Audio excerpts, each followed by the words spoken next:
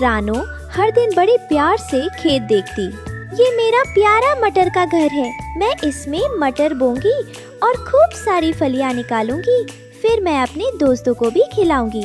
एक दिन सुबह सुबह रानो ने खेत में मेहनत शुरू की। उसने छोटे छोटे मटर के बीज मिट्टी में दबा दिए।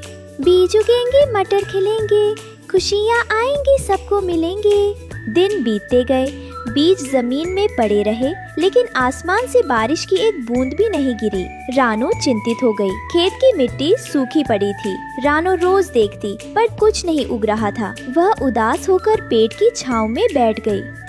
काश कोई बादल आता और मेरे खेत में बरस जाता।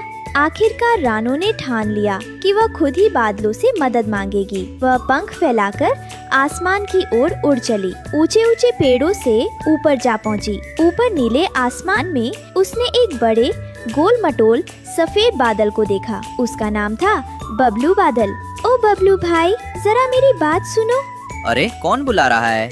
ओह, तुम तो प्यारी सी रानो चिड़िया हो, क्या बात है? बबलू भाई, मैंने अपने खेत में मटर बोए हैं, पर बारिश ही नहीं हो रही। अगर ऐसे ही रहा तो मेरा मटर का घर सूना रह जाएगा। प्लीज मेरे खेत में पानी बरसा दो।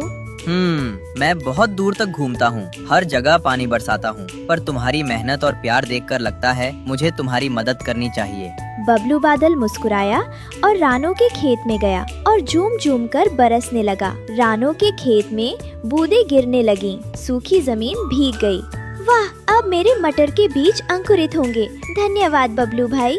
कुछ ही दिनों में खेत हरा भरा हो गया। बेलें चढ़ी, फूल खिले और हरे हरे मटर की फलियां लटक गईं। रानो का मटर का घर फिर से सुंदर और खुशहाल हो गया। हरी हरी फलियां, मीठे मीठे दाने, सबको बांटूंगी, मिलकर खाएंगे हम सारे।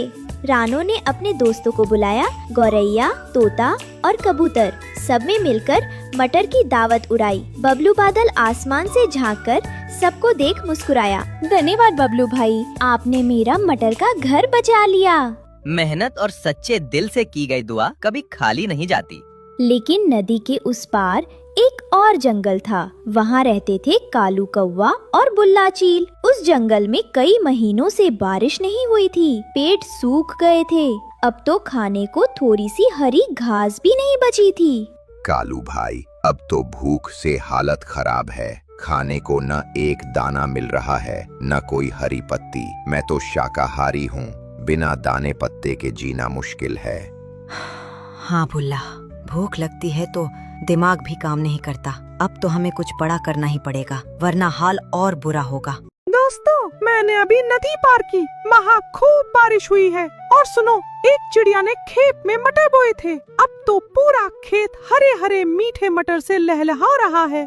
अरे वाह, मीठे मटर, यही तो चाहिए मुझे।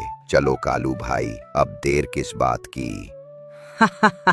तो ठान लिया, आज रात रानो चिड़िया के खेत में हमारी दावत होगी। तीनों दोस्त बैठकर योजना बनाने लगे। पर ध्यान रहे, रानो चिड़िया अकेली है, लेकिन समझदार भी है। सीधे सीधे जाएंगे तो वो हमें रोक लेगी। चिंता मत करो, मैं ऐसा चालाक हूँ कि रानो को भनक तक नहीं लगेगी। पहले हम खेत का हाल देखेंगे, फिर रात को हमला करेंगे। ठीक है, मैं ऊपर से उड़कर चौकीदारी करूँगा। दोस्तों, आज का शाउट आउट जाता है दानियल सिद्दीकी को। देखो, ये है उनकी फोटो। वाह, कितना प्यारा है। धन्यवाद हमारी रील लाइक और शेयर करने के लिए। और अगर अगली बार आप भी यहाँ दिखना चाहते हो तो बस लाइक करो, शेयर करो और कमेंट करो। शायद अगली बार आपकी बारी हो। कोई और जानवर आया तो पहले से बता दूंगा। तीनों भूखे दोस्त नदी पार करके धीरे धीरे रानो के जंगल की ओर बढ़े। रास्ते में उनके मन में सिर्फ एक ही ख्याल था, हरे हरे मीठे मटर। बस थोड़ी दूर और, उसके बाद हमारा पेट भर जाएगा।